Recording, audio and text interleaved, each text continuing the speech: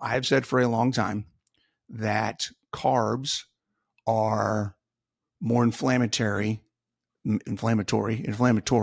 than fats are. And in saying that, I have used the mechanism to explain that as carbs create more reactive oxygen species, create more negative byproducts, let's call it that, than fat does. That what we call free radicals or reactive oxygen species, the byproducts of being broken down and used by the body, are produced at higher levels when you primarily utilize carbs than when you primarily utilize fats. That is inaccurate.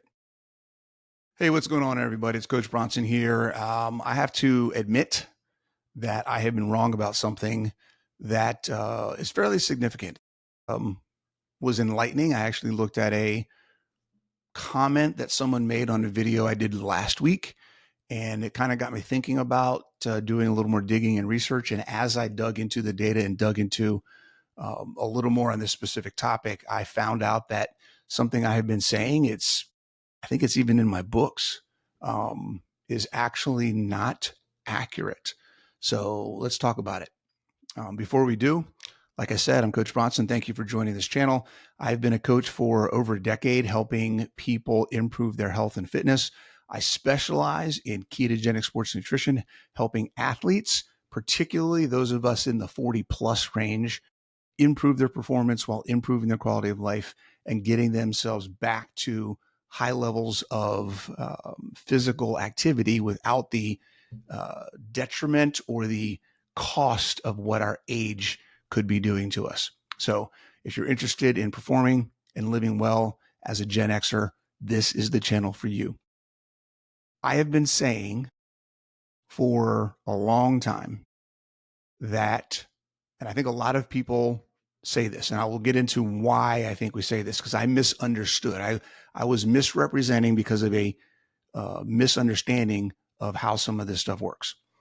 I have said for a long time that carbs are more inflammatory than fats are. And in saying that, I have used the mechanism to explain that as carbs create more reactive oxygen species, or a byproduct of being oxidized, create more negative byproducts, let's call it that, than fat does. That what we call free radicals or reactive oxygen species, the byproducts of being broken down and used by the body, are produced at higher levels when you primarily utilize carbs than when you primarily utilize fats. That is inaccurate. I've been doing a lot of digging over the past few days. I had a comment on my video either from last week or the week before where somebody commented and said, "You're wrong. Carbs make less ROS than fats do, and you need to stop saying it." Basically, he didn't say that part, but that's what I looked at. That's how I took it. So I kind of like, wait a second. This guy seems very adamant about this being wrong. Now, in all the research I've done, I have not seen that because I haven't been looking for it. And here's the catch. Here's what happens a lot in one aspect, particularly when we're looking for one thing and we're not paying attention to other aspects that may play into that. There is a lot of research that I look at. There are tons of studies. I'm doing a study I'm starting the process of evaluating papers right now for a study I'm doing that I'm planning on coming out with next year, doing a systematic review. I've been looking at over 100. I started out at 150 studies. We're down to about 50 right now that are actually getting really dug into to kind of understand and see if there's data we can use. I look at a lot of studies, particularly because this is where my focus is in ketogenic sports nutrition.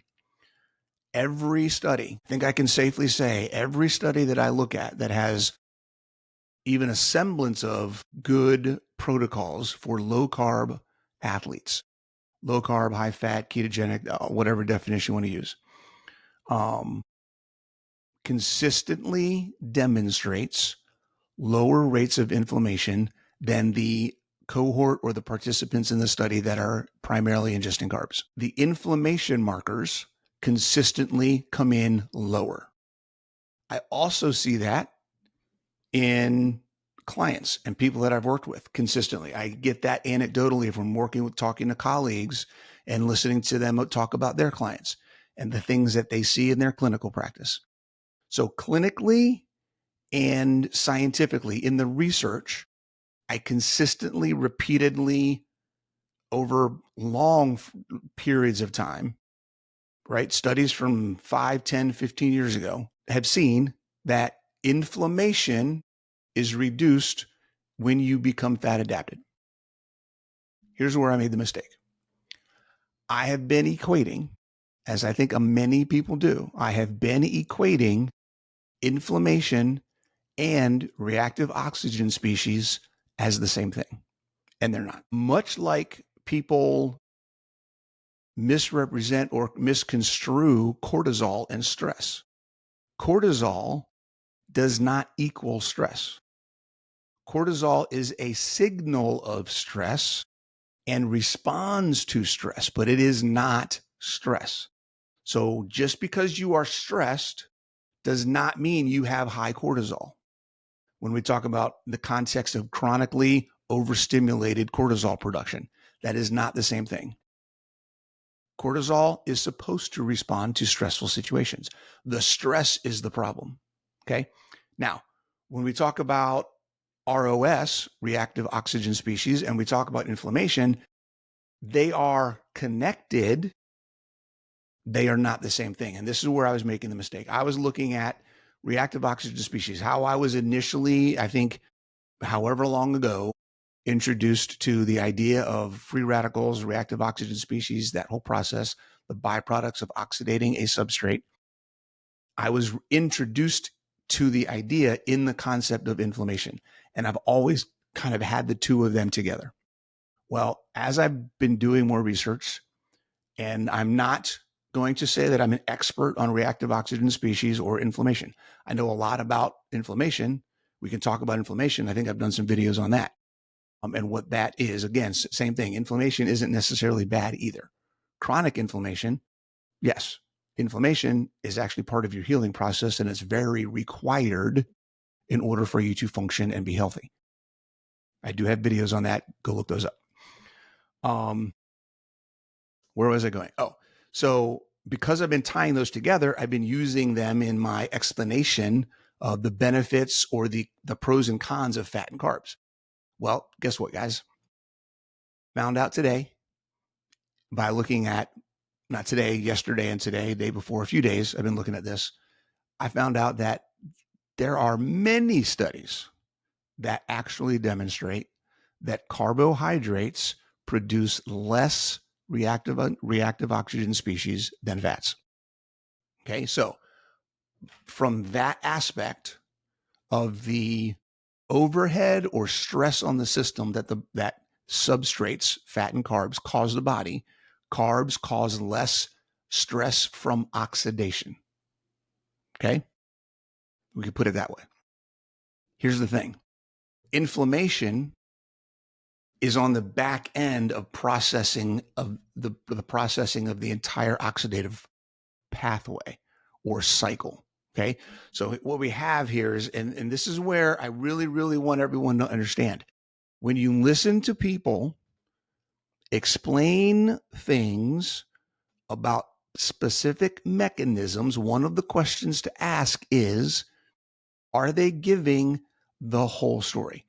Is everything in this mechanism being explained from beginning to end? Or are they just picking out something and saying, because of this, I've decided to do this and it's going to be better for me because of whatever? Okay, here's the deal. Ask yourself the question, what is the end result of the process that they are talking about or the mechanism they are talking about? If you don't get the end result of the bigger picture of where that mechanism fits, you're pretty much every single time going to be missing the boat. You're missing the story. You're not getting the whole picture before you make a decision based on what somebody else's interpretation of a scientific paper or literature is. Okay? Get the whole story. I didn't have the whole story. And I have to apologize. Anybody that I told, right? And I'm going to apologize, but I'm also not going to apologize. And we're going to explain to the why, because the end result isn't really any different. But I was inaccurate. The big picture does not change. The accuracy of where I came up with my conclusions was not accurate. Okay. Now I've dug into it. I understand the process a little better. I'm still not wrong in the big picture. I was wrong at the front end. Okay. Carbs cause less ROS. Where the oxidation of carbs happens in the cell makes a difference. How that is processed and where those ROSs go next after so your body breaks down glucose, ROS, reactive oxygen species, get put out into the cell. Okay. Depending on if you're doing anaerobic or aerobic glycolysis, the process of breaking glucose down into ATP. If you're doing anaerobic glycolysis, then it's happening inside the cell, not inside the mitochondria. Anything inside the cell, the cytoplasm, the fluid inside the cell is not primed to deal with and manage reactive oxygen species and free radicals. Okay. The mitochondria, there's different areas within the mitochondria. Okay. Within the mitochondria, aerobic glycolysis, that's breaking down of glucose with the use of oxygen, which is what happens inside the mitochondria, that happens closer to the inside of the cell, the cytoplasm, near the cytoplasmic layer, okay, of the mitochondria, which also is not primed to handle ROS.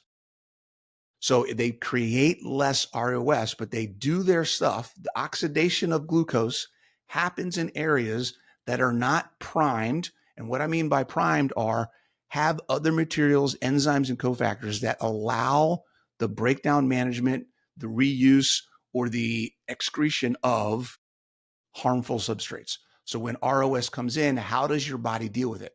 I have all these extra things left over that I can let them build up, where I have to do something to clean them up.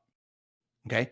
It's like if I have a wood shop, okay, a wood shop in my basement where all I have to clean things up at the end of doing a bunch of things, I got sawdust all over the place. That's the ROS, right? I'm making a cabinet out of wood. I chopped some trees down. I got some wood in my workshop. I'm going to do whatever I need to do to make a cabinet out of wood. All of the stuff that I have left over, the filings, the shavings, the sawdust, everything that I have left over, all I have in my workshop at home, in my basement, is a vacuum cleaner, a broom, and a dustpan. That's how I have to clean up my wood shop. Okay. That is glucose metabolism in the human body. Fat metabolism, and here's where the difference is, fat metabolism happens as deep in the mitochondria as you can get it. It is primed to manage ROS. So even though fat actually creates more ROS than carbs, it is done in an area of the mitochondria that is ready and able and very good at getting rid of it and managing that extra stuff. Okay. So that would be the same as if I go to a wood shop at a school, a high school or a college or a tech school. You go to a wood shop there, they have vacuums on the tools. They have vacuums that are huge that they can just kind of go through and sweep things up. It's not a big deal, right? An industrial environment is going to have additional tools and capabilities to clean up the mess way better than my basement workshop at home. That's what we're talking about. Even though a lot more wood is processed at an industrial space, there's a lot more mess. The mess is much less noticeable and it causes much less of a disruption because there are processes and tools in place to manage it. Much better than what I've got as one person in my basement. That is what we're talking about. So when we talk about ROS production, that is a piece of the puzzle. So the fact that carbs create less is actually inconsequential to the discussion of inflammation. This is what I didn't know. Carbs actually make less, but it doesn't matter, because the end impact of the inflammatory response that our body gets from ROS is less when you're fat adapted. So fat adaptation, the number one thing that it does at the very beginning is fat oxidizes in an area of the mitochondria that has the materials it needs and the systems and processes in place to manage the stress from the ROS. That's the first one. So where it happens matters. In glucose metabolism, it happens in different area of the cell that is not as primed to manage ROS. Okay. So the second thing is when you are fat adapted, you actually support antioxidant production, which is that process, part of that process. We talk about ROS, that's the oxidation effect, let's call it that. And antioxidants are the things that our body uses to fight that. They are potentiated, they are supported and improved more on a ketogenic diet, a fat adapted diet, than they are in a carb centric diet. Okay. So your body has more tools. So it's happening in a location that has more, and there's just more in general. Okay. Let's see. I got looking at my notes here real quick. We got better inflammation management, right? We got there. Okay. Here's another piece. Another piece when we talk about inflammation. So, and I'm just going to throw this in there because it's not specifically tied to ROS, but it does impact the body's overall ability to manage inflammation and stress, and that is glycation. So when we have carbs, our body is not just responding to the ROS. And remember, it has to do extra work to manage the ROS from carbs because it doesn't have the same tools available to do it, to deal with carbs as it does with fat. But when we get carbs, we also get glycation. We get increased glycemic variability. That adds another level of something our body has to respond to with an inflammation response. Okay, that means higher cortisol, higher the pulling of other resources in order to manage something harmful in our body. Okay, we really, really, really need to highlight that. Inflammation is the first step in the body's response to something harmful. That's why it's part of your immune system. It's part of how your body heals itself. It is the response that says, holy crap, something's going on. We need to fix it. Okay. If you're doing something that is constantly keeping your body in a response to damage mode, then something's wrong. If you're doing it with your food, then you need to change what you're eating. Okay. Carbs create a chronic inflammatory state. Okay. Not because of ROS. This is what I got wrong. Not because of ROS directly. Okay. Not because it's more ROS, but because of the response it's needed to manage the IRS that it does create. Okay. Over fat. Fat's response is lower. Fat process is cleaner. Fat supports antioxidant production. Fat does all of the things to make it easier for your body. Okay. Here's another example. You guys know I love using examples. Carbs are what firefighters or the process of putting out a fire would have been in the 17 and early 1800s. Putting out a fire before we had fire trucks was a team effort. Everybody had to do it. It was dangerous. It took a long time, and it was done with buckets. Okay. Pass the bucket, throw it on the water. Pass the bucket, throw it on the water. You got the whole town out there trying to keep a fire from destroying everything because it took the whole town to put the fire out. Okay. It was a small fire, maybe. Sure.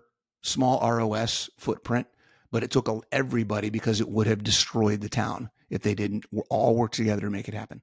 Now we live in an era where it could be, who knows how big, a 4-alarm fire. Is that a lot of people responding to it? Sure. The percentage of people responding to that fire compared to the percentage of people in the town or in the city, the ease with which they can put the fire out, the equipment they have, how quickly they respond, very different. Much bigger fires that we could potentially have, and much more control and ability to put those fires out much faster than we could have in other times and eras. Okay, that's the difference, right? When we utilize fat primarily, we could potentially have a lot more fire, but we also have a lot better equipment and better trained firefighters. Okay, so the other piece of that is ketones. If you are ever in ketosis, we know that we don't chase ketones. We're not chasing ketosis. Okay. Ketones support the processes to quickly remove and mitigate inflammation. They help reduce inflammation. They help improve the efficiency with which inflammatory substrates and materials do their job so they don't need to be around as long. They help fix problems. Okay. So ketones can be very combative to those things that are causing stress. All right. So 3 things to keep in mind. All right. Fat oxidation does generate more mitochondrial ROS. Okay. But because that fat oxidation happens in a better location within the mitochondria, it's safer, it's more efficiently cleaned. Okay. And it's less stress and inflammation. Okay. It's better matched by antioxidant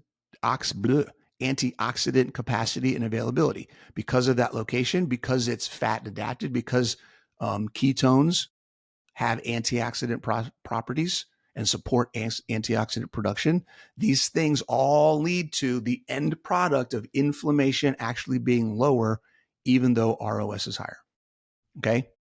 And in contrast, glucose oxidation creates less ROS, but more overall downstream and systemic inflammation. Okay. So anybody that tells you, like I used to, that carbs create less ROS, they are wrong. And you can tell them, say, hey, Coach Bronson had this conversation with me recently, and he told me that carbs actually do create less ROS.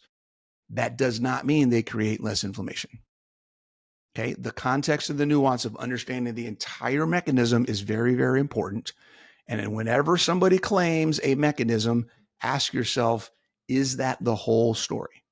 Because if it's not, you need to find out what that story is and find out if it makes sense. Because what I was saying didn't make sense and it was wrong. So I apologize, but I don't really, because the end of the story is that fat oxidation, being fat adapted, is a cleaner, safer, more efficient, and less stressful form of providing your body energy than carbohydrate nutrition. That's all I got to say, guys. If you have any questions, as always, please shoot me a message on Instagram at Coach Bronson, coach.bronson. Shoot me a message here. And please follow, subscribe. If you found this information helpful, share it with a friend. I hope to see you guys again soon. I'm coming out with these once a week. Join my group. Also, I just started a group on Facebook, Gen X Performance. Join it and put a request. What things would you like me to talk about?